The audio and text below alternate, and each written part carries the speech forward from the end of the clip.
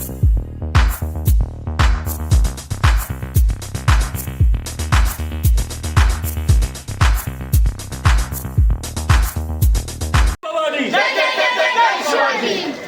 जय जय जय जय शिवाजी, जय जय जय जय जय भवानी, जय जय जय जय जय शिवाजी, जय जय जय जय जय भवानी, बोलो भारत माता की जय।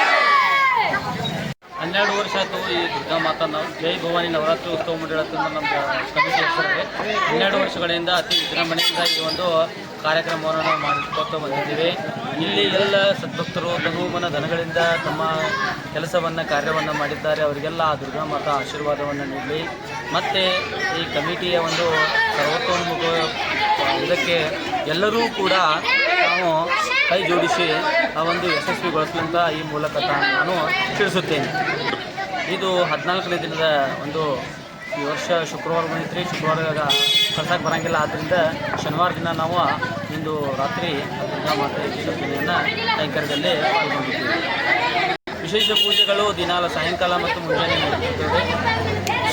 ಆ ಒಂದು ಪೂಜೆಯ ಒಂದು ಕಾರ್ಯಕ್ರಮವನ್ನು ಎಲ್ಲ ಕಮಿಟಿಯ ಸದ್ಭಕ್ತರು, ಮಾತೆಯರು, ತಾಯಂದಿರು ಕೂಡ ಬಂದು ಯಶಸ್ವಿಯಾಗಿ ದೀಪೋತ್ಸವ, ಕುಂಕುಮಾರ್ಚನೆ, ಮಹಾಪ್ರಸಾದ, ಮನೋರಂಜನಾ ಕಾರ್ಯಕ್ರಮ, ಕೇರಂ ಬೋರ್ಡ್ ಸ್ಪರ್ಧೆಗಳು, ಹೀಗೆ ವಿವಿಧ ಹಲವಾರು ಕಾರ್ಯಕ್ರಮಗಳನ್ನು ನಾವು ಇಲ್ಲಿ ಕೈಗೊಂಡು ಪ್ರತಿ ದಿವಸವೂ ಕೂಡ ದಾಂಡಿಯಾ ಕಾರ್ಯಕ್ರಮ ಕೂಡ ಇರ್ತದೆ.